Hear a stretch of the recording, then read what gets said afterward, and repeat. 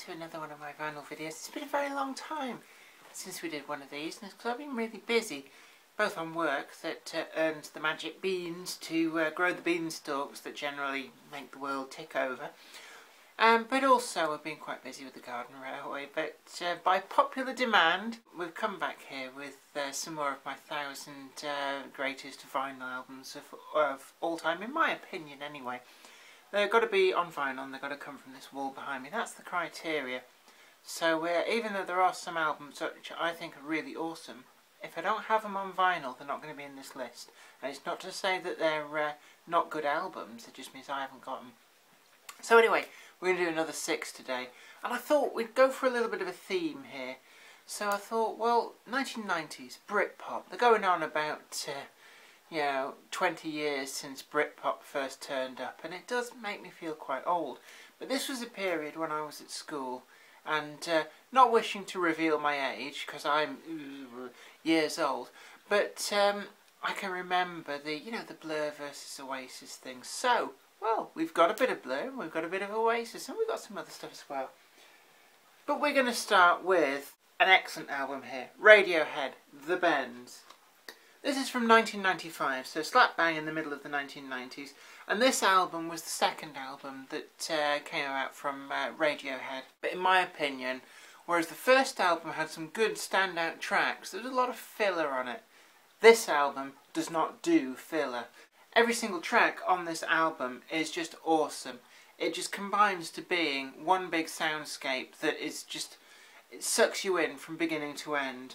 And I actually like this album so much that I can remember one of the first things that I did after listening to it a couple of times. I thought, I'm going to be listening to this a lot, and I don't want to wear my record out.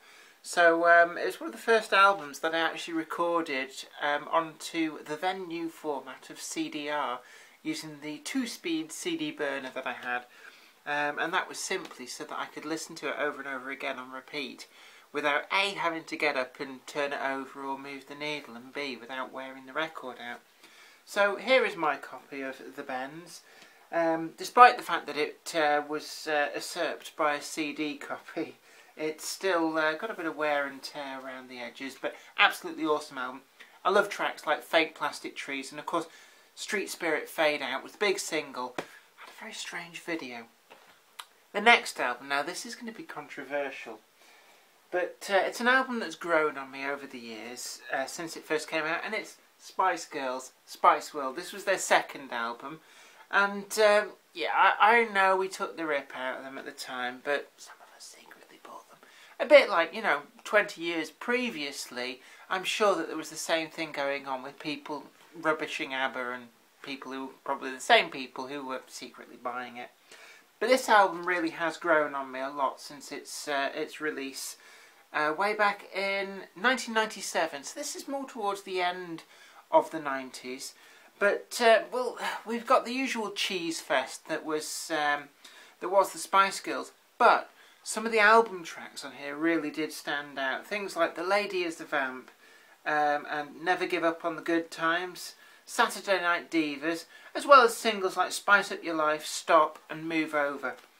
I actually do think that this is certainly the better of the two Spice Girls albums, and very simplistic cover, but hey, all the girly girls used to like to bop along to stuff like that.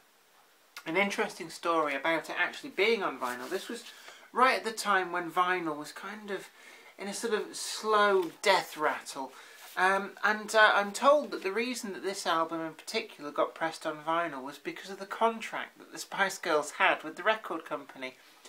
And it said that for every unit sold, be it on CD, tape cassette, vinyl, or the then new mini disc, they got a cut of what the LP was selling at. So, well, it was quite an archaic contract, but it meant that if they pressed a few hundred copies of this on vinyl and sold them dirt cheap, which they did, I bought this for £5, brand new, it meant they could stiff the Spice Girls out of royalties. The next album, well, we're well into that Oasis versus Blur thing, and going way back on the rewind to 1994, and this is Definitely Maybe. Gatefold album. It was the first Oasis album, but they were a group who I'd been seeing in the occasional pub around the southern side of Manchester, and I did buy their first single. I've got Supersonic on 12-inch. In fact, I went on to buy many of their subsequent singles. I joined the fan club, and I have their first 5 albums all on vinyl.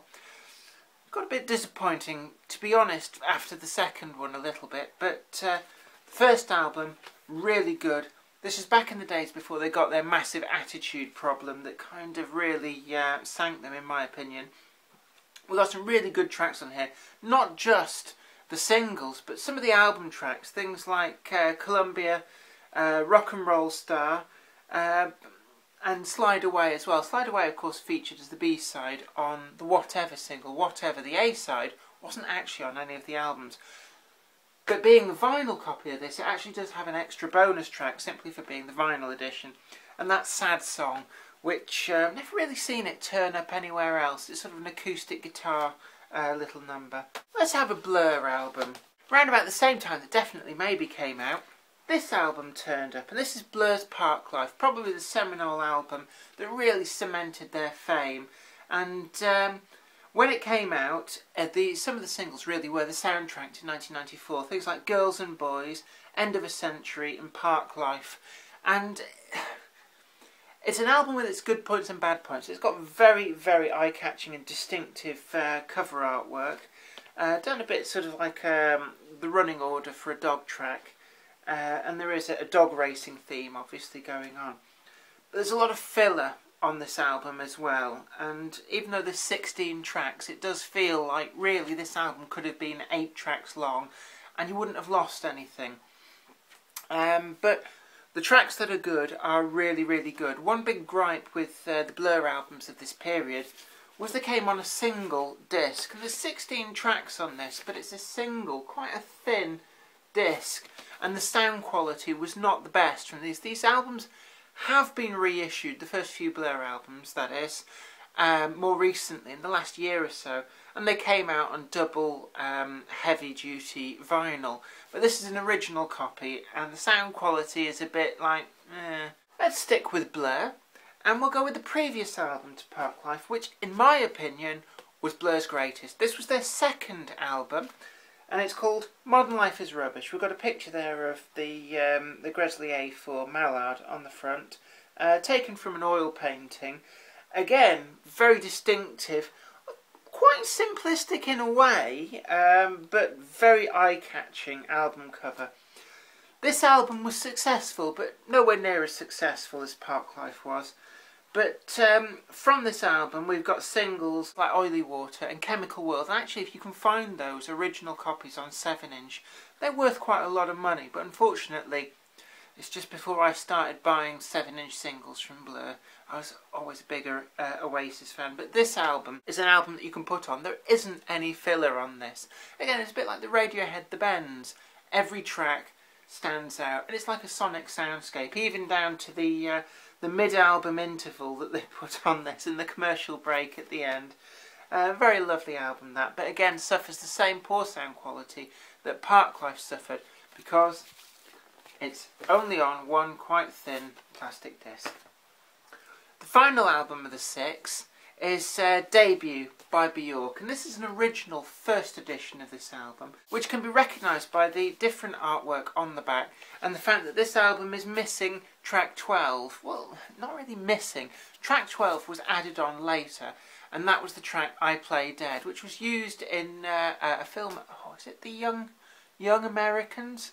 But that was the track that really made Björk and made people take notice. And this album, which was the first solo release that she had after she left the group, the Sugar Cubes, really was sort of passing under the radar until that song came out. So they hurriedly repackaged it and slapped that song as an extra bonus track.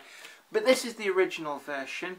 And we've got some really good tracks on here. Stuff like There's More to Life Than This, recorded live in the Milk Bar toilets. I'm not really sure whether it really was recorded live in a toilet, but it's an interesting track.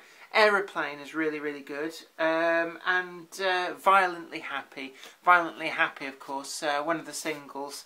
It's, again, simple artwork. What you see is what you get. You get Björk. She's a strange, strange person. But I've put it into this list. 1993, so this is the earliest of the albums from our series. So we've got 93, 94, 95 and 97 in the mix there. Well, there you have it, another 6 albums to go into our 1000 greatest vinyl albums of all time from this wall behind me. I know I've gone on a little bit this time, but I've had a lot to say about these, and these are some really good albums. Anyway, don't forget to like this video and share it too. And also you can subscribe to the channel and you'll be the first to know about new videos as and when they come up. Anyway, yeah, happy listening to you. You keep that vinyl spinning. We've got a vinyl survival going on down here. Take care. Bye for now. But by popular demand, well, actually, well, the other viewers said that I should do it.